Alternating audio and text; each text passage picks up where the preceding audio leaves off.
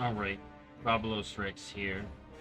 And in the background, you may be able to see that it is video from my testing of MoP time running, MoP Remix. And MoP Remix is one of the features I'm most excited for coming up, dude. I'm so excited. We got a date, May 16th, global release. Okay, so I'm super hyped for this. I'm gonna have maybe a more like what to do in it once you start kind of video closer till. But this video I kind of want to make for Blizzard. If any of them see this, but essentially talk about what few problems I had with the mode while I tested it. Some could be just from the PTR, some could be more prevalent once it's live. But I do want to talk about it. So, first thing, when I was leveling, a meta developed around running LFR. Now let's see here. Literally my last day. Okay, so I ended this stream at 56. To get from 56 or whatever I ended this on, maybe it was 55 or 54, I just ran LFR. It was the most effective at getting thread. It was the most effective at getting it at levels. Because after 60, I noticed quests were giving me less of a percentage of my experience bar. Whereas the LFR had a flat rate. Okay, so each boss would give you like a third or something of a level. So you'd be pretty much getting a level every single run. So Blizzard may want to look at quest reward EXP, maybe buff that a little bit so you still get a good leveling experience from questing versus spamming LFR. It's fine if LFR may be quicker, but it shouldn't be, especially when people are just optimized running one specific one. It could be quicker. I don't necessarily want to nerf this, but questing should feel better for people who want to do that. And I just noticed a really big drop off from 60 to 70, and it was pretty much I was getting faster while leveling until that point because of the EXP boost, which was crazy. Okay, the next problem.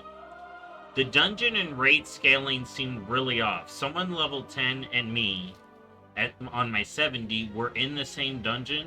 The mobs would almost one-shot me, and then they could solo the dungeon.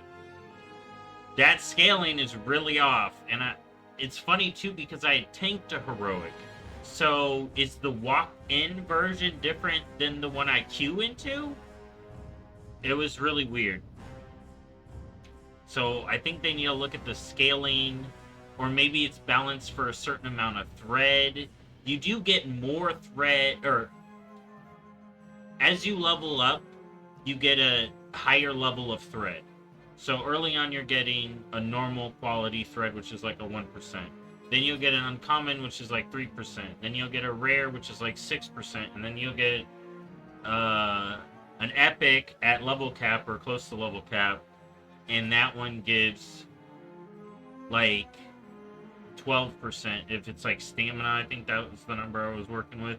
But something like that. And then the next thing I want to talk about, people may, and this is relevant right here, your item level, you can upgrade most of the items just fine. But you're going to hit a point where your item level is dictated by your missing pieces, which are rings and trinkets, alright, which are locked behind achievements for doing heroic scenarios, and here we're gonna come up to it again, as well as the heroic dungeons. So I don't know if they want to add extra ones for other achievements. But yeah, see right here. Let's pause this. So a trinket is locked behind doing that campaign. Okay, you gotta complete 3. So some of this is questing. Actually, no. These are... It's either Raid Finder. This is a quest. And then scenarios. Alright. And then we got scenarios there. And then heroics. And then an even fancier item locked behind the raids. So item level is kind of dictated behind doing group content. So for people looking for a solo experience with this, be prepared for that. If you want to get your character Time Runner powerful, it's kind of locked behind group content. So heads up about that. I'm going to be fine just doing it, me. I am going to say heroic Pandaria scenarios were bugged, or maybe they were working like intended. You have to pre-make the group for heroic scenarios. They should just be queuable. Come on, just make them solo queue. It's 2024. Make them solo queue. What are we doing? And real quick, so when I had got to level 70, I'd made about 50k bronze. So it wasn't too bad at getting bronze. Someone did the calculation in one of my last videos. Here, let me look. I have it pulled up right here. They would need 240k. So that would be about 5 characters worth of leveling, which is what they're giving us. So heads up about that. But they may do what they did for Plunderstorms and do a 2x bonus for bronze towards the end. That's not guaranteed. I'm just saying they may do that. So it may pay to join later. If you're coming in for the War Within, you may have a bonus. Otherwise, just be ready to get that bronze if you want the rewards. Last big thing, kind of. The way the cloak works... Oh my god, this should have been plain. So the way the cloak works is based on this achievement. Okay, and the way it worked on the PTR is I would get the achievement higher, and then whatever tune I created after the point that I got the next level of achievement, they would have the next level of cloak. So let me explain it this way. I have rank 2 of the thread achievement for the cloak. I make a character. I run around on them. I log out on them. I get back on my main. I get the rank 3 achievement. Let's say I get the rank 4 achievement, 2. Okay?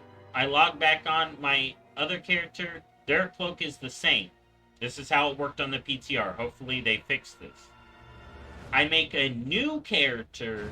That character's cloak is at a higher level than the first character I made because the achievement was higher. Alright, so heads up about that. Now, I'm just going to quick fire these last few little things. I've seen some people say they want a way to transfer a time runner before the end of the event. Maybe Blizzard should look into allowing that. I think they should increase the rare spawn rates of the rares, because I was flying around looking for the rares. Yeah, see, look, I'm just doing LFR. Here, now I'm flying around. You can get bronze from time orbs, kind of like the Dream Surge thing. I like that. It's really nice. So I think they should increase rare spawn rates. Okay? Because there are achievements to do rare spawns, and if there's tons of people in these, especially depending on the server, rares are going to be very few and far between. So then I think we should have a reagent bag for the main gems we get, the ones that are like Diablo. I think that should have a gem bag for them. Just for feel. We have enough bags. I do have a whole little thing about the bag space of my gems, but you have kind of a good amount of bags because you'll be breaking down here. But I just think for... So this last little thing is full. Give us a reagent bag for just the 1 gems.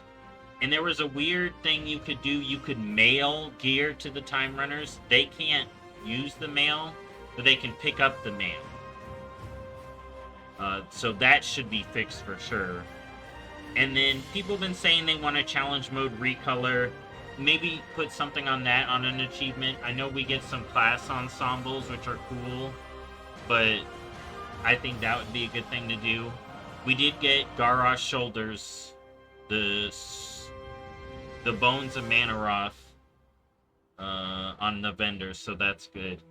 But yeah, I'm super excited for this mode still, but those are just a few of the little problems I had. It was kind of really buggy on the PTR. I'm chalking that up to PTR. I did put in reports where I could. But yeah. See, I started killing those guys by the end of it.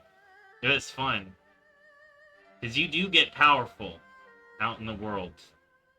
But yeah, I was having a good time. Turning into cheating was great.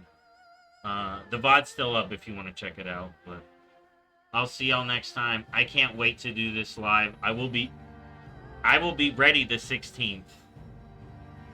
I will be ready the 16th. That is a frickin' Thursday. I will be ready. Alright, anyways, thank you for watching. I'll see y'all next time. Bye-bye.